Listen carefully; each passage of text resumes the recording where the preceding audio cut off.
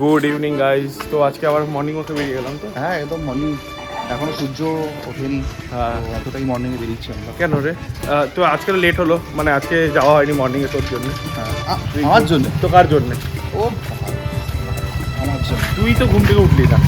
আমার তোদেরকে আর তুই আজকে সত্যিকার আমার অ্যালার্ম দিতে ভুলে গেছিলাম। কালকেও ভুলে যাচ্ছি, একটু ভালো হয় তাহলে। না না না, সেই জন্য বিকালবেলা ওটা কোটাটা কমপ্লিট করার জন্য যাচ্ছি। বেশি করে যেন খেয়ে মানে এই এক্সারসাইজ করে ইয়ার্কি মারছি, হেঁটে হেঁটে বাড়ি চলে যাবো। চলো রে, পুরো অন্ধকার হয়ে গেছে। আরে হ্যাঁ, এখনো সূর্যটাই ওঠেনি, এত তাড়াতাড়ি। হ্যাঁ, ভোর 4টের সময় যাচ্ছি না? আবাস কিরে ভাই, তোরা পার্কে চলে এসেছিস? হ্যাঁ হ্যাঁ, এটা ঘুরতে ঘুরতে এলাম, ভালো লাগলো পার্কটা, ভালোই লাগলো। কি বলিস? ভালো ভালো। এখন কি বাড়ি যাবি? হয়ে গেছে 8টা বাজতে। ফুচকা যাওয়া যাক। তো গাইস বাড়ি চলে এলাম। আজকে তেমন কিছু করিনি সারাদিন।